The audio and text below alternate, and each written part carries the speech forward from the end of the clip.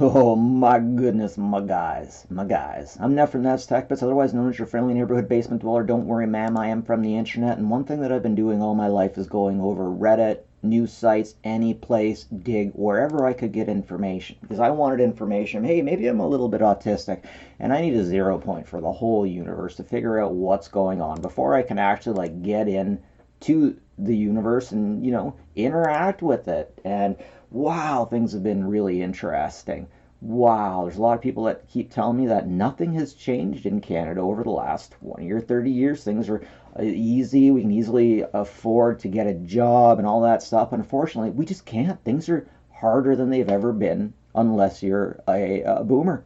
Anyways, one thing I'm noticing really quickly is that there's a lot of people in Canada that have a lot of money. 30% of people in Canada have so much money that they have no problems, and they're the ones that make the laws. Anyways, if you want to get somebody from another country to work for maybe the same, maybe less, you have to get one of these foreign workers positive labor market impact assessment. You got to do it with the government. Now, the government releases this information. Computer hackers, programmers, script kiddies use this openly available information to make maps to show us exactly where all of these places are and where they have used this LIMA thing. These are all of the places across Canada. I'm leaving links in the description for this. You got to check this out. Check out your area. So around here, where I am, I know Orangeville very well. And what's 5 BCDFGH? GHIJKLMN Orangeville. I'll find it. Okay, here we go. Orangeville. We're going to look in on it. Oh, okay. So Orangeville actually has quite a bit of money. The McDonald's in Orangeville has, well, I've been told it is the second most popular McDonald's in all of Ontario. And if you've been there, you'd understand why. Now, here's one thing. Purple Hill is where all the rich people are. And I would know because I have family that used to live there. What's this? We have 4 low-wage workers working on Purple Hill in Orangeville for the Orangeville Pizza Company, Inc. That, okay, there's something that really bothers me about that because I'm pretty sure, I don't know, but that looks like the place of Boston Pizza on Purple Hill where all of the rich people are, and they spend a metric frick ton on that place. That's where the rich people go to watch their sports games and whatnot. Okay, let's go up here. What do we got? Restaurants. They literally couldn't find anyone in Orangeville to be a food service manager. They can't find anyone to be a food service manager. Okay, so let's, what do we got up here? Food supervisor. Supervisor. Okay, I know if we paid enough money to live in Orangeville, to get a place in Orangeville, we could find food service supervisors. I could do that job easily. My dad's a microbiologist. Trust me, I got that. Okay, accounting technicians and bookkeepers, low wage. Okay, guys, that you don't come. These aren't low wage things. You don't come in off the street with a low wage. You can't come in off the street with less than grade 12 and ask for that, and then at the same time be all like, oh, hey, can we hire someone from another country? Low wages? Okay, what else we got here? Agricultural, okay, like agricultural, farm, I understand that stuff, but restaurant and food service managers, hello?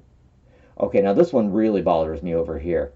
Robertson Amusement Ltd. Now, is this, are we talking carnies here? Because, guys, we have people that will do carny work. We have so many people that will do carny work. I know carnies. I know introductory carnies. I know carnies that have been there for a long time. We don't need to get carnies from other countries. We can just go to the tent cities in Guelph and say, hey, we need some carnies. And I'm sure, 100% sure, that people will flock to be the carnies. Food service supervisor. Okay, so basically what I'm saying here is we can see the rot in the wood. We can just see the decay in society with this tool. And call it whatever you want. This is rot within our society.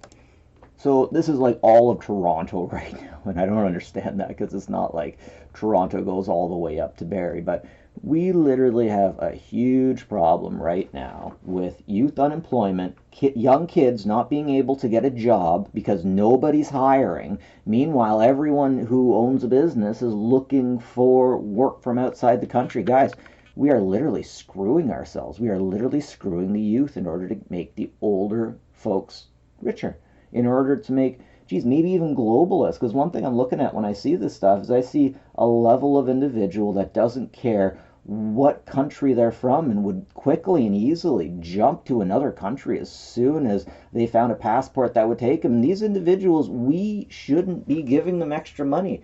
These aren't Canadians. These aren't Americans. They're a global elite. And I just heard myself say that.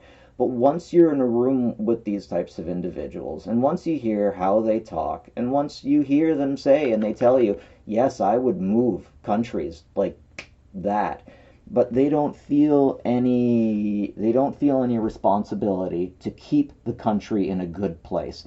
To them, there's just money sloshing around in different bags. Sometimes money sloshes around into a different place, and the society there becomes a bit utopian for them. So they would decide that they want to go and hang out over there more. I literally know people like this. I know a man that has factories. No, I'm not going to say that. I'm not going to say that.